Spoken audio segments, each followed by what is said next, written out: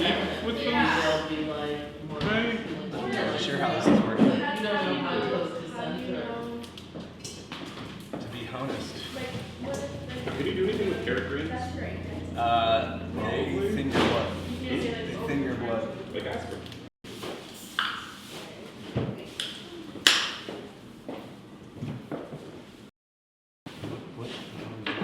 I'm just mumbling to myself.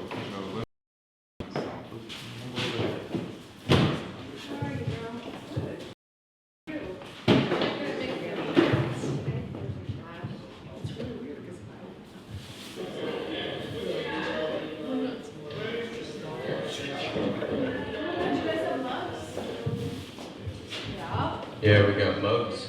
Yeah, I want one. I want all the swag, right? If there's swag, I want it. Maybe let's go with Baby, I like it. Yeah. that. How are you? Good. Working. Do you feeling okay? You guys seeing? I feel great. You haven't seen me here. I'm so frosty. What? I feel like really positive vibes, right? Talking to my mom. Yeah. You really slowly sitting down. Yeah, it's because I wanted to sit down and slow. Oh, good. Just wanted to take it slow. Me too. We need flowers. I'm sure we can make it.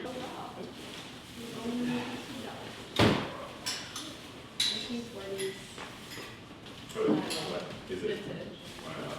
It needs to be steamed so that like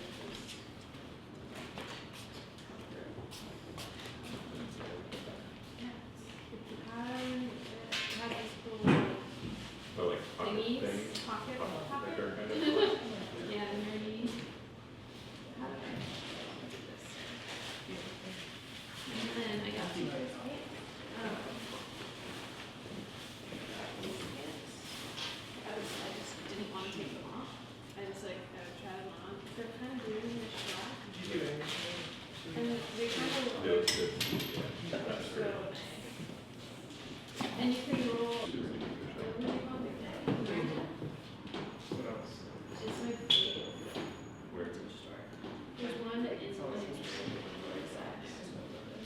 Oh, and I got this. This incense. Yeah, like. It smells. She was burning it in the store. I'm not an incense person, but it's just like, Okay. yeah, you can't really smell it. It just smells very good.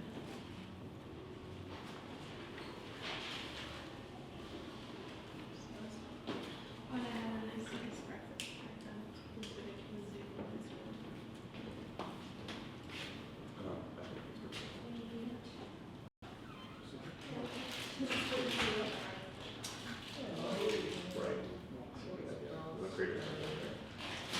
Yeah, it's not, I don't even know, it's on rice. I think it's just on rice. Yeah, it turned out pretty well. I'm pretty excited. Yeah.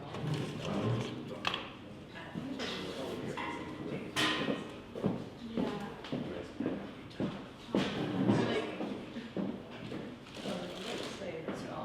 literate, it's weird. Two off that way.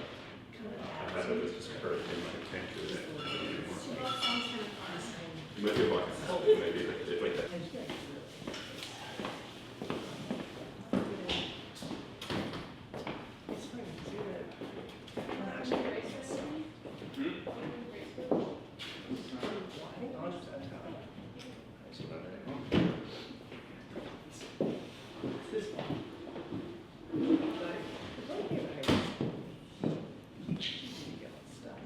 But he doesn't, like, he gives you and the rest, not really.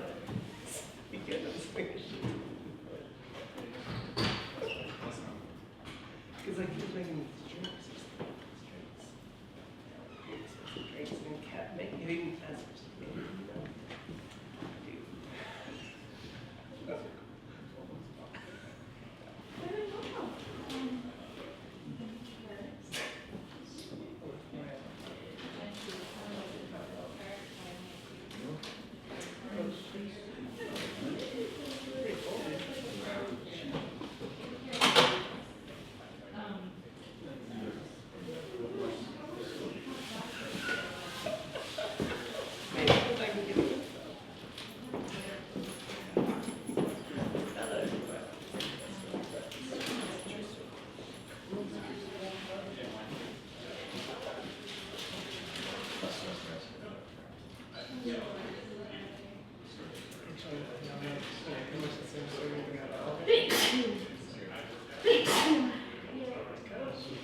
Went outside, it's pretty cool. That's my good time.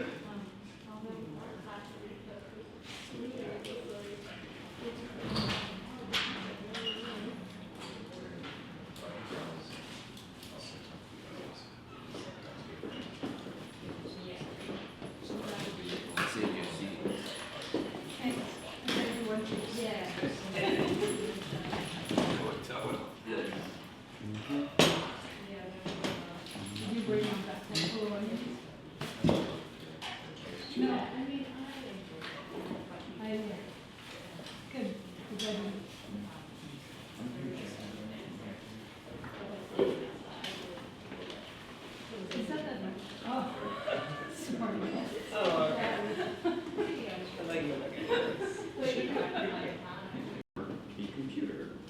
But to start with, I would like for us to take 4-carat selfies, which is one of Taj's signature moves. So, to do a 4-carat selfie, you have to get 4 carats on your face.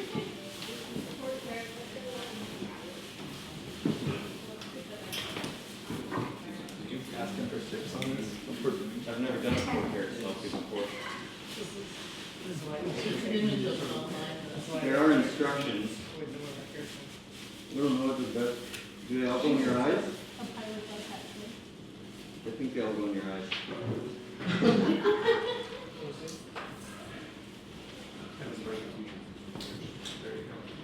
They're different heights.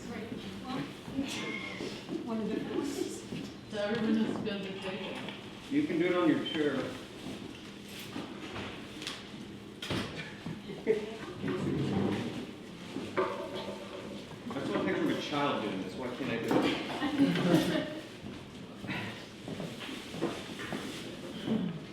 Here, that's what you want.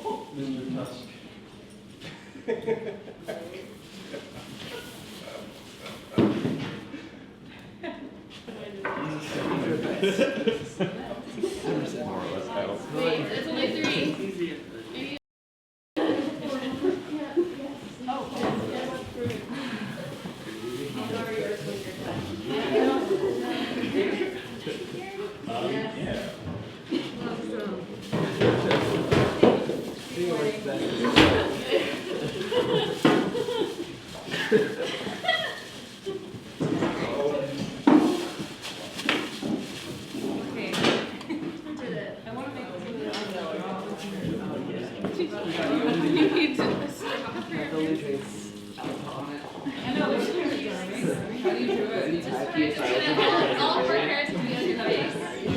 Don't be afraid to help your neighbor.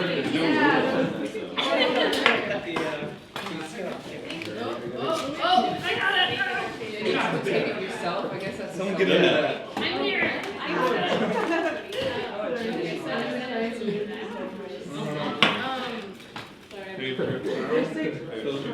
I'll let you finish. I'll let you finish. I'm gonna let you finish, but Show me your hand. Just holding Mine your are not phone. either. You're allowed to break them.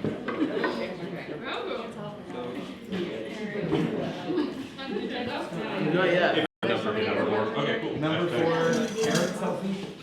So it should make it. Numeral 4. That's what you call numeral it. 4. Okay. These are the instructions if it's not Oh, clear. that's good. But you have to balance your head on 4 carats. It's not to be Well, we're taking some artistic license. I guess if you shove it in your mouth, you're still balancing your head on it. Should I take one of them? Does anyone need these? No, it's for sure, Sean. That's a really good one. Whoa! Investigation in there, really. Baby carrot. I thought they were like, Okay. Let's take it again. bring Taj in, but continue to carrot selfie if need be. Take your time. So, Anyone eat carrots, by the way? does anyone need carrots? Are we all carroted? Okay. So that gentleman is Taj Bourgeois. That's his daughter. Taj Bourgeois was born on the 4th of July in 1987 in Anaheim, California. He lived there until he was 6 years old and has fond memories of visiting with his grandparents as a child. He describes it as a carefree environment with swimming pools, junk food, and video games. This has had a profound influence on his art making as an adult. At the age of 6, Taj's family relocated to a suburban area outside of Portland, Oregon, and he grew up on the border of Portland and the suburbs Tigard and Lake Oswego. Lake Oswego is a particularly wealthy area of the Portland metro region, but Taj's family was poor, and Taj, learning to do what others had done, gave him a sense of satisfaction, but also a unique perspective on the concept of appropriation. This next slide is a quote from Taj sent me. I asked him to give me a bio, and I think I received something in the realm of 20,000 words through the course of 5 emails and about 250 links. Which was incredibly useful though, and really fun to go through and kind of like put this stuff together. So here is, I'm not going to read this because I don't like it when people read something that's on a screen, so I'll just give you a second to read. Speak into the microphone. Yeah. Raise your hand if your ribs are also broken. Yep. Free education. Free bowl. Okay, so this next video is a piece that sort of exemplifies Taj's approach to appropriation and also his sense of humor and kind of how strange his work is. If you're not familiar with the piece that he's sort of parodying, there's a very famous video that Marina Abramovich made where she's sort of like, I think she's brushing her hair maniacally, right? And she's saying, art must be beautiful. Yeah, so this is Taj's take.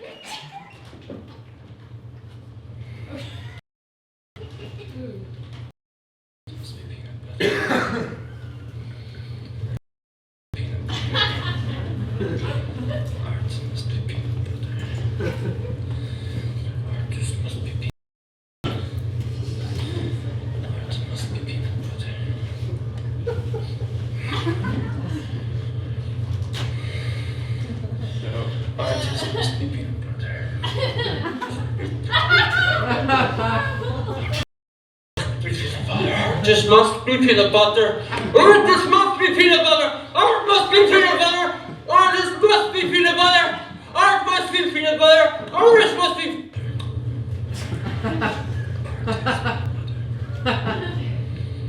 Artist is peanut butter. Artist is peanut butter. Artist is peanut butter. Artist is peanut butter. Artist is peanut butter. Artist is. Art is peanut butter. Art.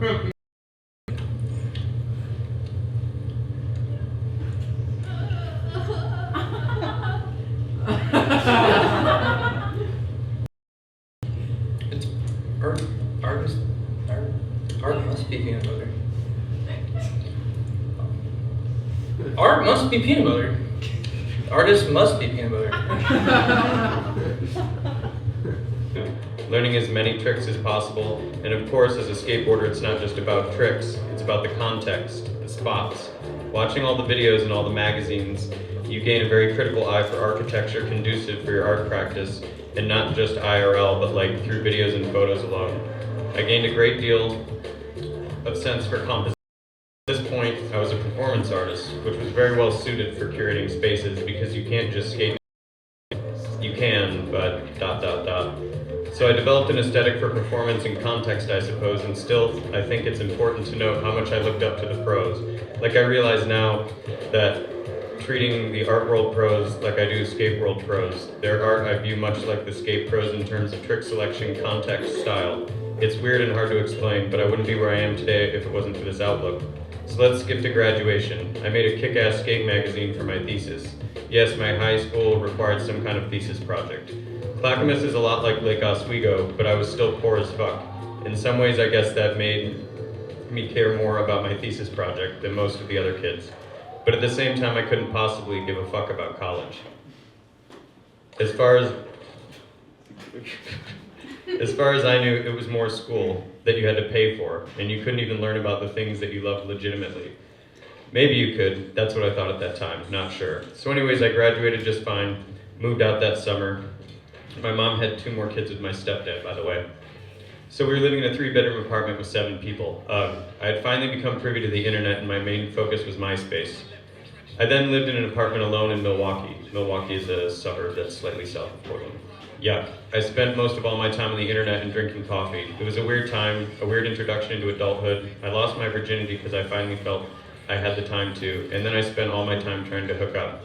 I finally completed a legit, sent it into sponsors, but at that point I didn't really care. I was finally free from so much shit. I just focused on getting laid and doing all the things I could think of that made being an adult feel so cool, like eating a gallon of ice cream at midnight and ordering pizza and smoking weed and watching porn all night, that kind of thing. At the same time though, and I can't really say why, I started writing poetry and I was really into it. It was really bad. I turned 21. I had a very boring year of drinking and living with my girlfriend. I was still into poetry and songwriting. My songs were pretty weird and funny, and I took them seriously. I played an open mic every week that year until they closed. My girlfriend started seeing someone else, and I lost my job at Subway. She moved into a house. I moved into my mom's for a few weeks, and then decided to hitchhike to New York City because I was into Kerouac, and it seemed easy enough. And it was. I got there with my guitar, stayed with someone I knew from MySpace, didn't know what I was doing there, wrote some decent poetry, played some decent music, felt like an alcoholic because I was.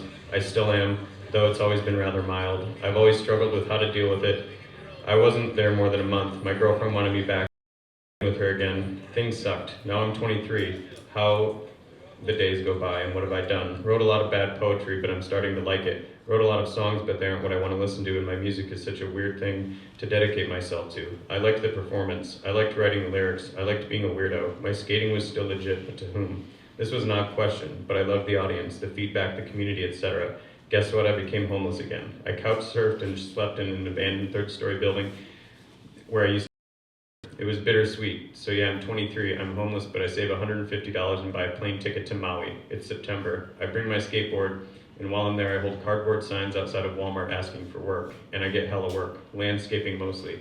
I buy a new guitar, a laptop, and a van, and I live in it. It's one of the best times of my life, but I'm lonely. I'm on the internet a lot during this time, thinking about music videos, performance art. I kind of become a coffee junkie and a stoner. My thought patterns changed. Everything was art before really thinking about it in the intellectual or academic terms.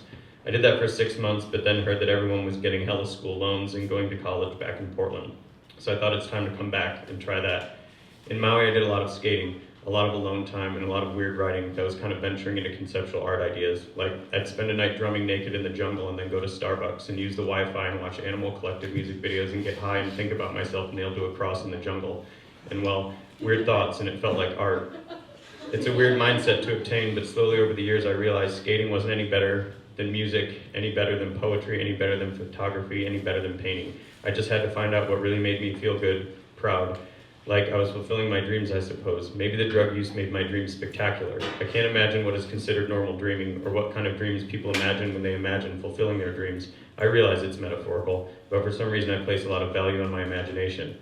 Anyway, and during that time in Maui there was a lot of fruit I had never seen or tasted before. It became a new kind of collection of like Pokemon or skate tricks or songwriting, and like so many art objects and practices, I started fetishizing and producing. Okay, so I'm 23 and a half, I fly back to Portland and live on my friend's couch, and I finally start going to school at the community college.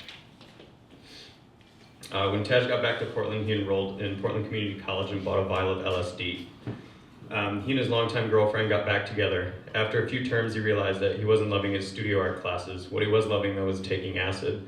He was still skating and playing music, but about a year later, something major happened. Taj's girlfriend, who was by that time, we were at the school in the same time and never really crossed paths. So he experimented with a lot of different approaches to making work at PNCA, including this drawing and performance hybrid titled 2,642-foot lines or 1 mile with nude as a bonus. So Taj's thoughts on appropriation are pretty liberal. So this is 12-foot line of screws, nails, fasteners, etc., each one different from 2012, which is it's just a John Baldessari piece that already existed. So Taj dropped out of PNCA because it was too expensive and he enrolled at Portland State. While the courses weren't totally to his liking, he did have a sculpture course that changed his approach radically. It was also the time when he discovered the Tumblr art site, The Jogging.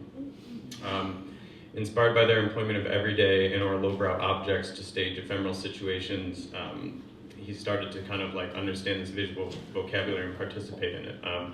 These resulted in shareable imagery and really caused him to re-examine his approach to making. These are just some examples of his work from Portland State. This is the 5-floor toilet paper installation from 2013. This is They Call Me the Believer, done in collaboration with M. Fish. This is called Organic Installation.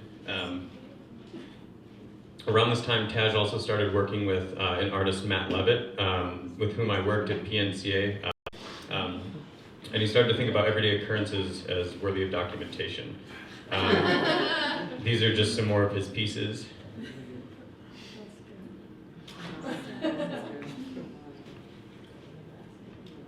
So these are pieces by an artist, Brad Trammell, who's one of the founders of The Jogging.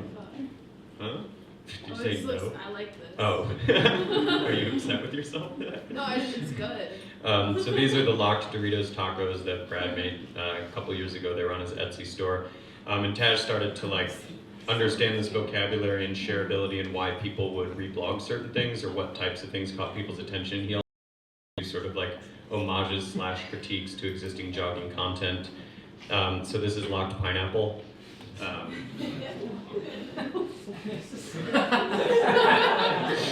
really? So Taj said, then one day I went to the store and I was hanging out with a friend taking pictures of myself in weird poses, and this one really intrigued me, which is the one on the left. I started to think about the context of the grocery store and how important that was for the photo. The same week, my daughter was walking around one of the aisles and started stacking cans of tuna. I was impressed.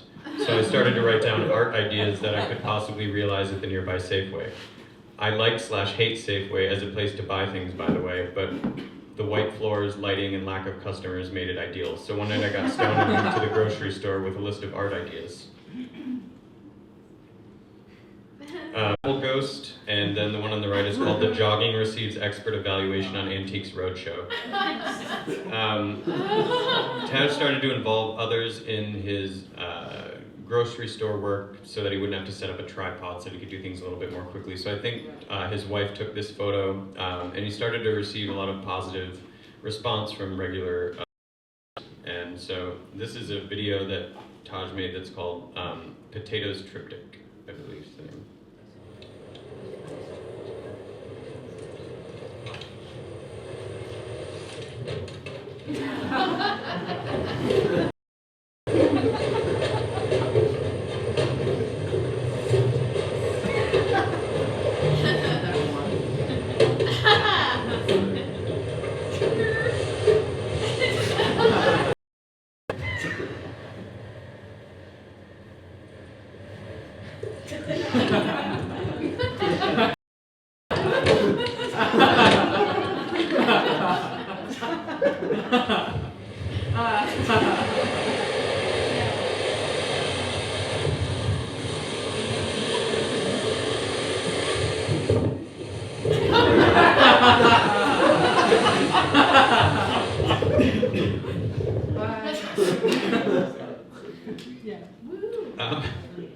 So then Taj started to work a lot with Matt Levitt, and they were producing a ton of pieces. And I think I didn't make that from Billy Madison, except for that they're led by a skull that ends up being used by Damien Hirst in his Tate Modern exhibition as a for the love of God. This time, however, the skull is covered in shit instead of diamonds.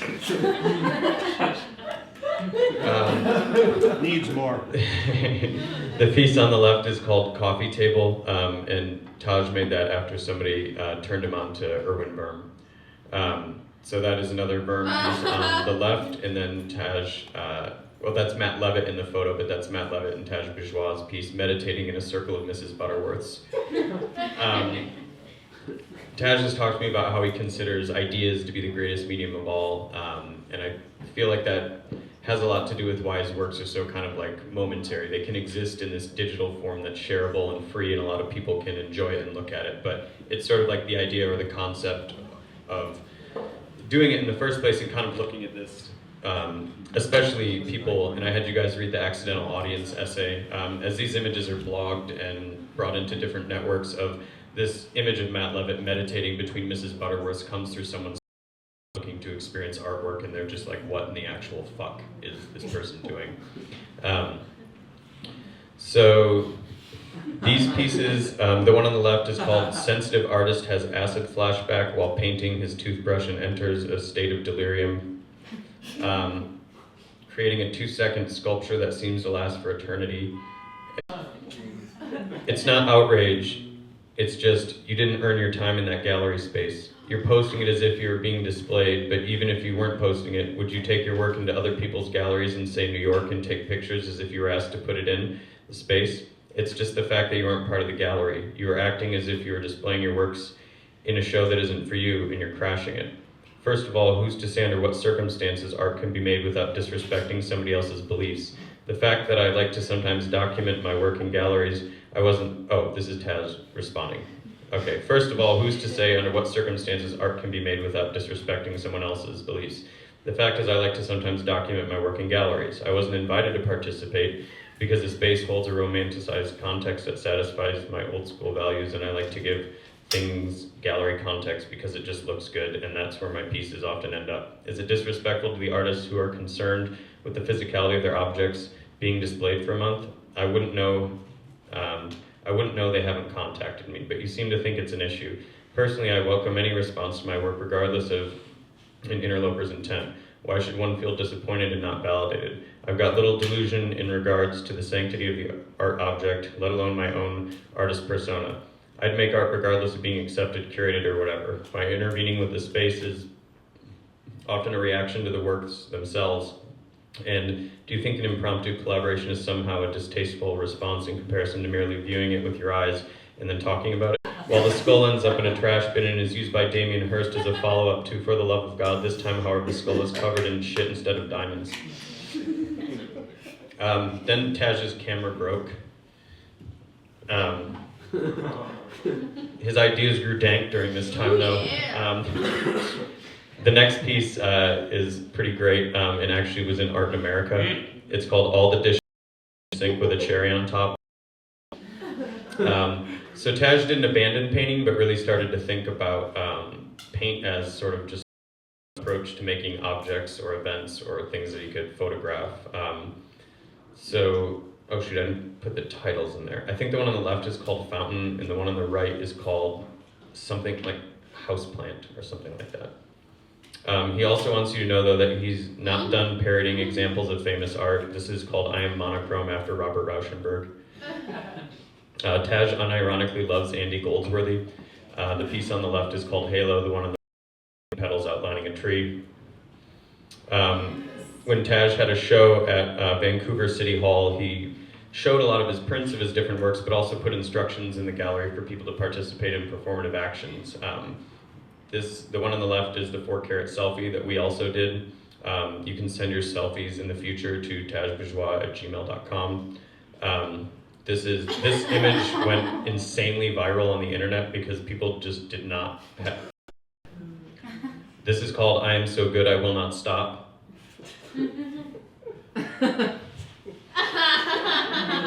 This is, I don't remember what this is called. Also, you guys might remember there was a brief period of time when there was a thing going around the internet that kids were using bird that the menthol in it was like making them trip balls. No. And so Taj, as he kind of heard of this maybe being a thing. One second, hold on. It makes you trip balls. Not. But it was like being reported about on like Fox. Okay, so they're reporting on it just like Jankum or all these other fake drugs that they're saying that kids are doing. So Beeson was this thing, and then Taj made this video that made the front page of Yahoo News on their website and like was shown on all these news stations. It's pretty gorgeous.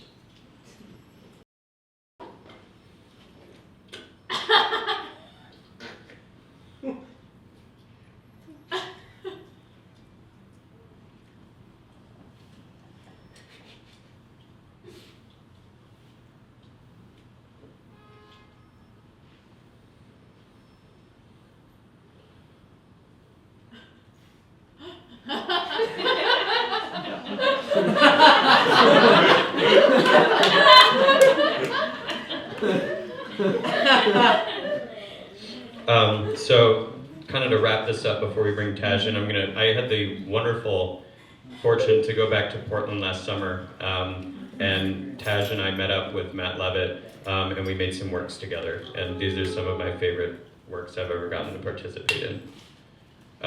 This first one is a video called I Like Cereal.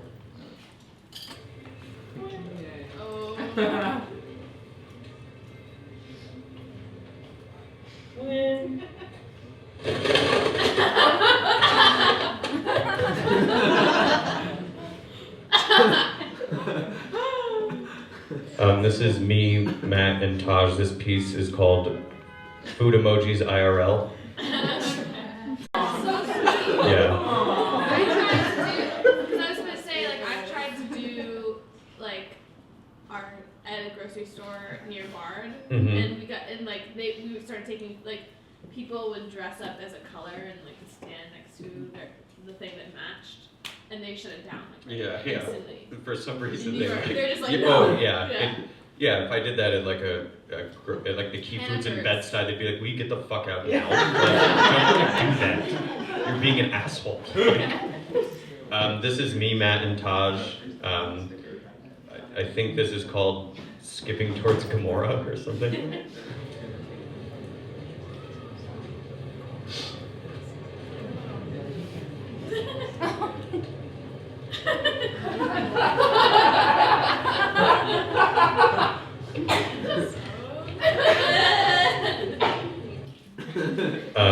And this, I think, is the last one. I don't know if this I think this is untitled.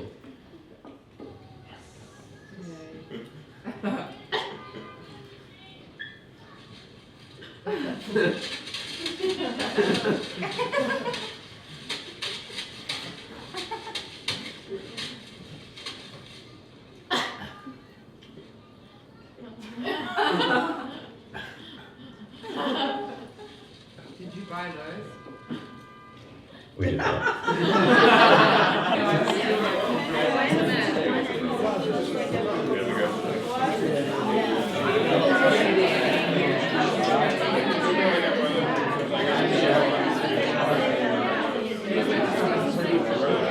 What did you do? I mean, I still be on it all the time. It's not like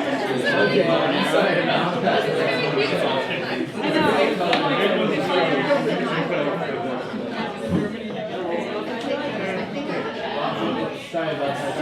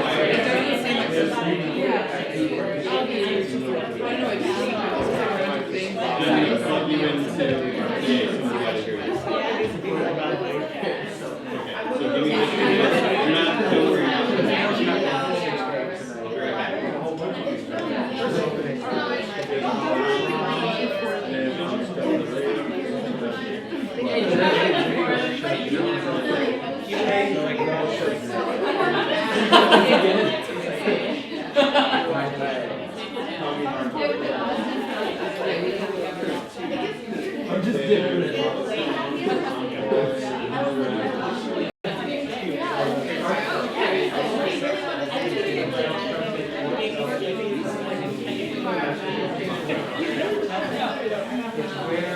I know.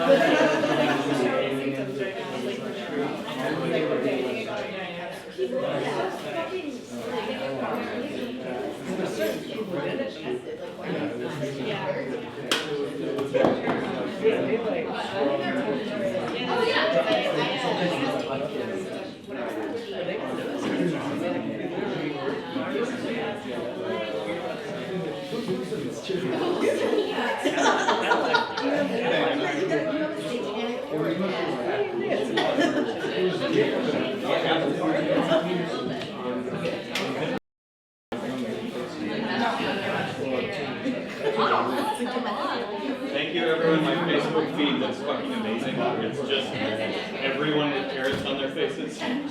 Over and over again. Good job, team. Go team, go.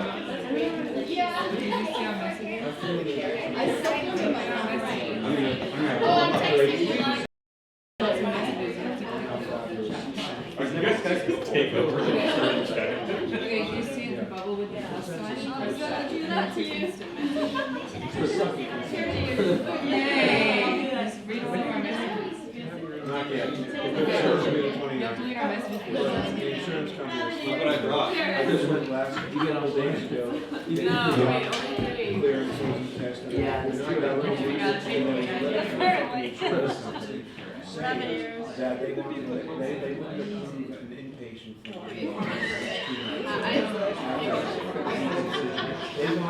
Everyone's here. Carrots.